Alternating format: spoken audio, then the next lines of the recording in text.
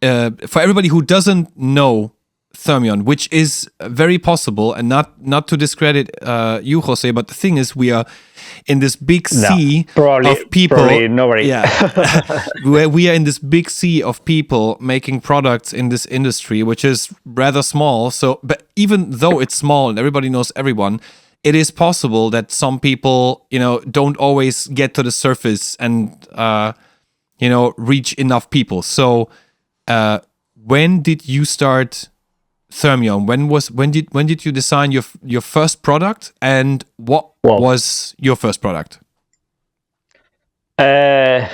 It's a long story, kind of a long story. We have time. Yeah, lucky me. I started in 2012 absolutely by chance. It was a happy coincidence. I walked into a local shop here in Albacete. The shop belongs to a now very good friend of mine.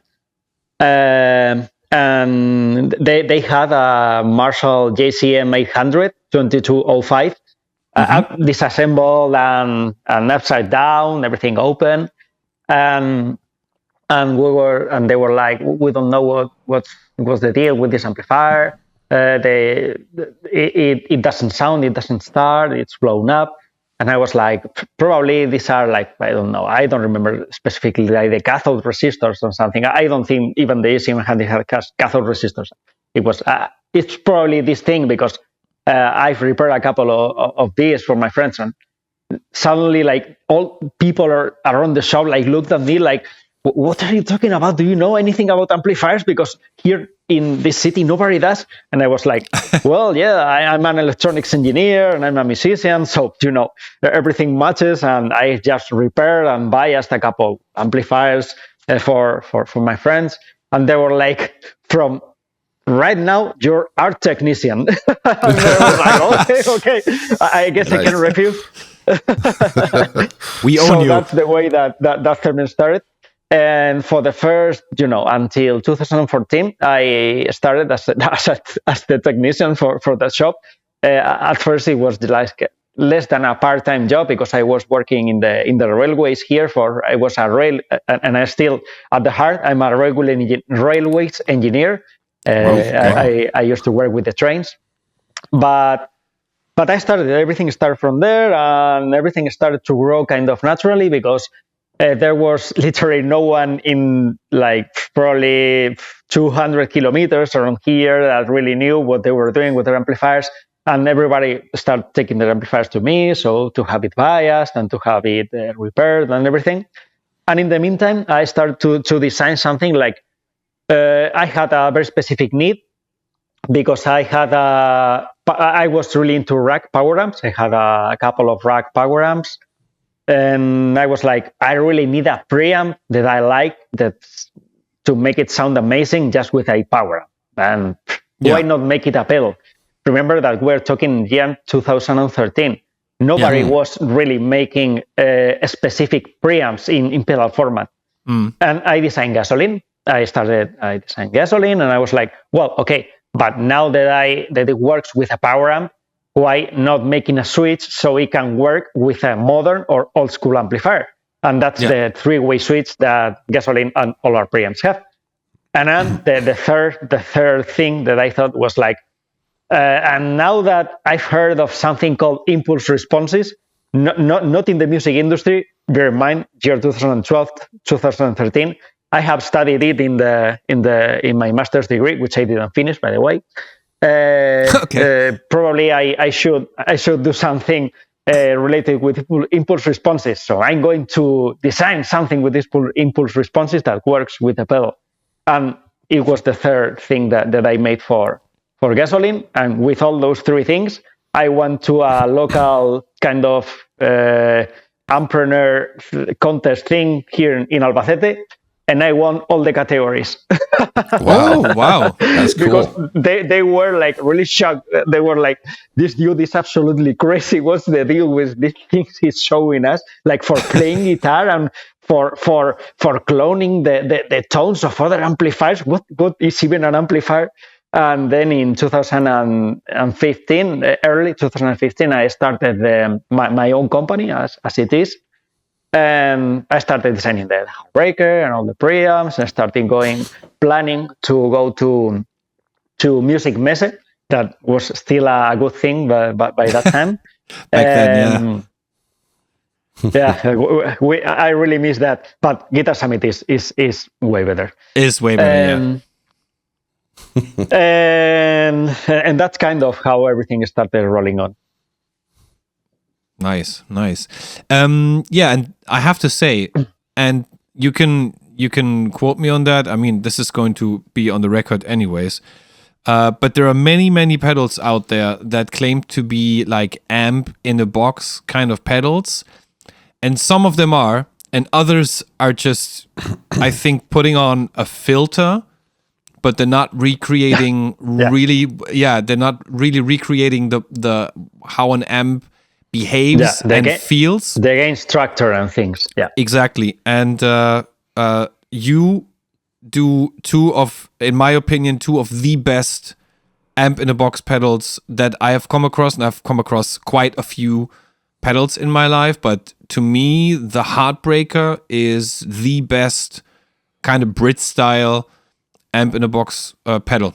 It's as simple as that. So for everybody out there who is looking to kind of to defenderize his Fender and wants to put on I saw a rig rundown with Guthrie Govan at some point, and he was doing the opposite thing. So he was playing this Victory 100-watt prototype, which is essentially like Marshall-y kind of, and he used a Wampler pedal, like the 65 or the 57, I'm not sure. And he says, so this is my main tone, but if I want to de-Marshall the whole thing and want to make it more like sounding like a US clean amp, then I'm using this pedal. And the Heartbreaker is essentially doing the opposite. You can put it in front of every kind of clean amp, and whatever character it has, if it has a neutral character or if it has a US style character, is gonna turn your amp into a great sounding mid-gain or up to mid-gain plexi.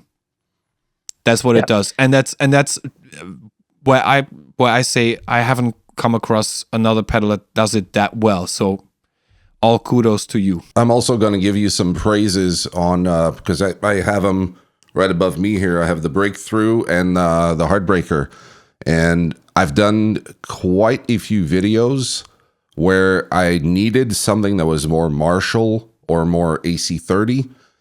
And lately I did a video, and I think it's going to be coming out in the next couple days, where I was testing out an IR loader from Joyo.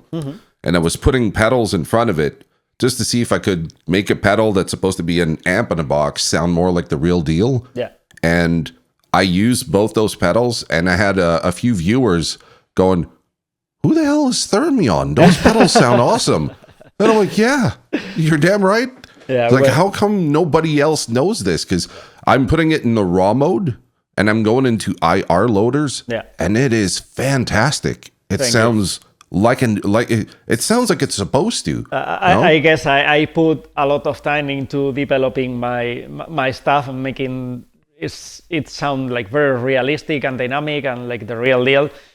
And I spend literally no time on Instagram or making pictures of my face. I know. I should do it more.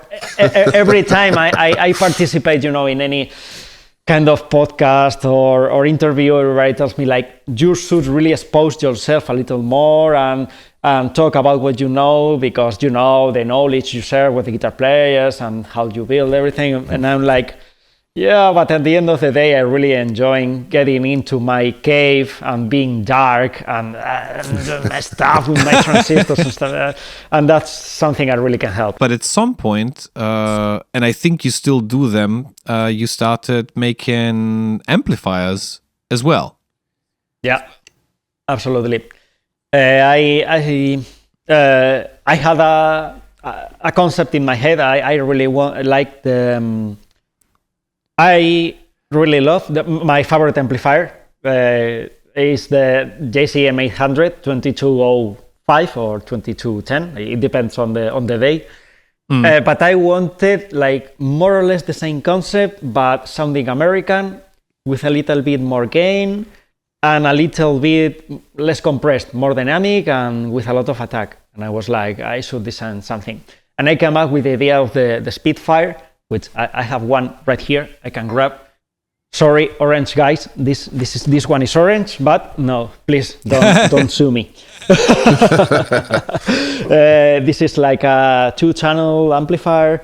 It has a very simple, clean channel, kind of a brown face era fender, just with the bass and the treble. This is for the electronics engineer, the back sandal, kind of just very simple thing. Like it takes pedals like charm. It takes pedals really awesome because it's very, very simple. And then the gain channel, which is here, that has like two modes, a low and low, like a mid and a high gain mode, and two master volumes, so you can play your solos and make it stand out. And I made this guy. Started with the 20-watt version, and then I went for the 50-watt version, which I can really grab easily because it weighs significantly more. But I really play this amplifier like every week, rehearsing with my band. I love it.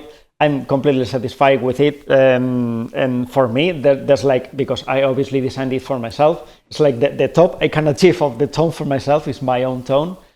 But with the amplifiers, it was kind of a short romance because